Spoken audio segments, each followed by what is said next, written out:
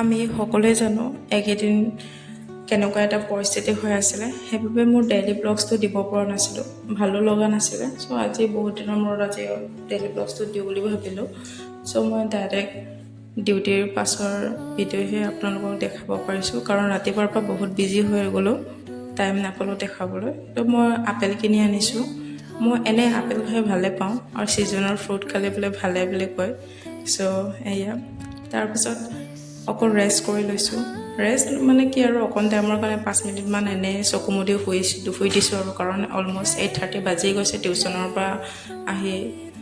সেইবাবে মোৰ ইভিনিং ডিউটিও আছিলে আজি, 4:30 বাজি গৈছে। তো টিউশ্যন কৰি পেলাই আপোনাৰ 8:30 বাজি গৈছে।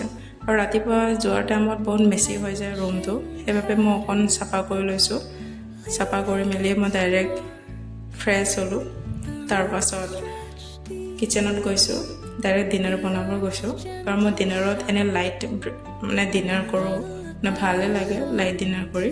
চ' মই আজি কৰ্ণফ্লেক্স খাইছোঁ আৰু ডিম এটা বইল কৰি ল'লোঁ। এয়াই মোৰ আজিৰ ডিনাৰ আছিলে।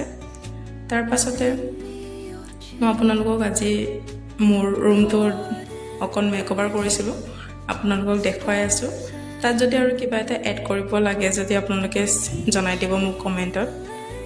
মানে অকণ সৰু ৰুম, বেছি ডাঙৰো নহয়, আৰু হল ৰুম নিচিনাই হয় মোৰটো। চ' মই অকণ মানে মেকঅভাৰ কৰিব বিচাৰিছোঁ। নিজে ৰুমটো ধুনীয়া হৈ থাকিলে নিজে থাকিবও ভাল লাগে। চ' সেয়ে মোৰ ৰুমটো আপোনালোকক এবাৰ দেখাই দিছোঁ, চাওক কেনেকুৱা লাগিছে আৰু কমেণ্টত জনাব। বাই আজিৰ কাৰণে।